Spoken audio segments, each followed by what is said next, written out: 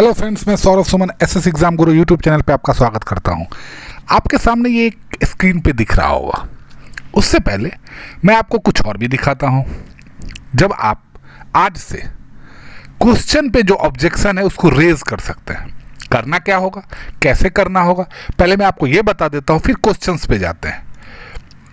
जब आप लॉगिन करके अपने यूज़र आईडी पासवर्ड से लॉगिन करोगे तब आपको ये राइट साइड में ये कॉलम आएगा जहाँ पे आपको ये click here to raise objections in your exam पर क्लिक करना है।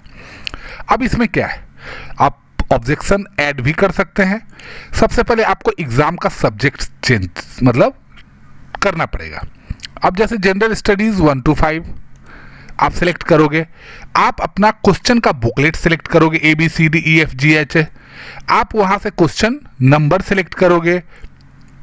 आप आंसर की जो है आपका क्या आंसर है वो सिलेक्ट करोगे। आप अपना आंसर यहाँ सिलेक्ट करिएगा। यहाँ पे जो बीपीएससी ने आंसर दिया है वो आप बताओगे। अब आपको किस चीज़ पे उसके किस ऑब्जेक्शन क्या है वो भी बताऊंगा मैं, क्या ऑब्जेक्शन करना है। Page number of reference documents. अब भाई ऑब्जेक्शन आप कर रहे हो तो आप कहाँ से कर रहे हो, NCERT या SCERT या कोई भी बुक्स, कोई भी बुक्स। अब कोई भी बुक का मतलब क्या, घर का कोई बुक तो नहीं यूज़ कर सकते कि अपने मन से लिख लिए, गूगल सर्च कर लिए, नहीं। आपको कोई भी ऑथोराइज बुक लेना पड़ेगा, उसका कवर पेज आपको उसका फोटो लेना पड़ेगा, 100 KB से कम करना पड़ेगा।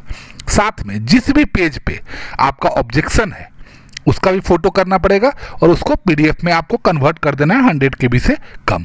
उसके बाद आप उसको सेव कर दोगे। फिर से अगर 10 क्वेश्चन है तो 10 बार आप यहाँ पे ऐड न्यू करोगे, ऐसा ही पेज खुलेगा, आप कर लोगे। चलिए, ये तो हो गया कि क्वेश्चन कौन कौन से आ रहे हैं। मेरे हिसाब से और कुछ स्टूडेंट्स के हिसाब से टोटल 24 तारीख को जब शिफ्ट 1 की परीक्षा हुई थी उस समय सीरीज A में इतने नंबर क्वेश्चंस पे आपत्ति थी। 39, 65, 79, 93, 94, 97, 100, 101 और 103। और इसमें से अधिकतर के आंसर ऑप्शन डी है, मैंने आपको पहले भी बताया था। अब देखिए कुछ क्वेश्चंस है जो और भी है, दोनों शिफ्ट मिला के भी हैं, जिसमें आपत्ति दर्ज की जा रही है। ये आपको करनी है, सबको करनी पड़ेगी। जितना ज़्यादा आप करोगे उतना ज़्यादा आपत्ति पे होगा। ये भी क्वेश्चन है मैथमोग्लो बिनेमिया वाला क्वेश्चन, यहाँ भी ऑप्शन का दिक्कत हुआ है। अब इसमें तो आप सभी जनरली हम लोग जानते हैं कि डिस्टेंस कितना होता है 25 सेंटीमीटर, लेकिन आपको कितना दिख रहा होगा आंसर में 2 सेंटीमीटर। इसमें भी भिन्नता है कि पुस्तक और कागज, अब पेंसिल और पेन और रबर, इसमें पुस्तक को कैसे अलग किया जा रहा है, इसका कोई डिस्क्रिप्शन होगा ना, वो भी आपको बताना पड़ेगा, ऑब्जेक्शन रेज करना पड़ेगा। मिट्टी के तेल वाला क्वेश्चन, उसमें भी ऑब्जेक्शन है। यहाँ पे आप देख लीजिए ऊर्जा के स्रोत वाला, इसमें भी ऑब्जेक्शन है। ऑप्शन डी वाले में तो ऑब्जेक्शन होगा ही भाई, मैंने आपको पहले भी कहा था। धर्मोरक्षति वाला, इसमें भी ऑब्जेक्शन है। भारत में उष्णकटिबंधीय वर्षावन पाए जाते हैं, इसमें भी ऑब्जेक्शंस हैं। तो ये जो ऑब्जेक्शन वाला जो मैटर चल ही रहा है, तो आपको देखिए, आपको बताना पड़ेगा कि क्यों ऑब्जेक्शन है। आपको अपना NCERT SCERT किसी फ्रेंड से भी आप मांग सकते हैं, जिस भी ग्रुप में होंगे वहाँ से मांग लीजिए। आपको पता होगा चिपको आंदोलन वाला, तो जब आप चिपको आंदोलन के लिए गूगल में पहले आप सर्च कर लिएगा तो वहाँ पे आएगा कि अमृता देवी बिश्नोई का संबंध चिपको आंदोलन से है, और भी बाकी संबंध आएंगे। तो ये सब जो क्वेश्चंस पे डाउट है ये आपको बताना पड़ेगा। जब आप मैं आपको और भी क्वेश्चंस बताता हूँ। जब आप उष्णकटिबंधीय वन वाला क्वेश्चन की तरफ जाइएगा और आप गूगल में सर्च कीजिएगा या NCERT SCERT के किसी पेज को आप सर्च करोगे तो आपको वहाँ पे उस पर भी डाउट दिखेगा। तो ये सब जो डाउट्स हैं वो आपको अपलोड करने पड़ेंगे। धर्मोरक्षति वाला में अनुसंधान और विश्लेषण विंग भी आ रहा है और सर्वोच्च न्यायालय भी, यहाँ भी डाउट है। मेघ गर्जन वो भी एक है कि इसमें कोई नहीं लिखा हुआ है और ऑप्शन अलग है।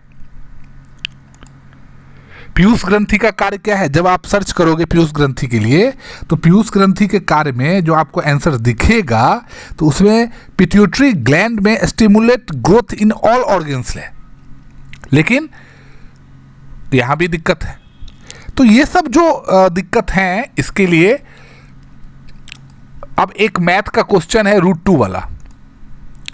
जो रूट 2 वाला क्वेश्चन है, मैं आपको एक बार क्वेश्चंस बताता हूँ कौन सा है। If root 1 plus 27/169 equal to 1 plus x by 13 then the value of x is, वो वाले ऑप्शन में देखिए जब भी रूट अंडर होता है तो आपके दिमाग में ऑप्शंस आएगा कि यहाँ पे 2 ऑप्शन होगा, उपयुक्त में 1 से अधिक। लेकिन जब आप एनसीईआरटी को प्रीफर करोगे या रेफर करोगे तो एनसीईआरटी 2019-20 का एनसीईआरटी का बुक मैंने देखा है, उसमें लिखा हुआ है for example root 4 equal to 2 not -2, वैसे ही रूट 9 इक्वल टू 3 नॉट -3।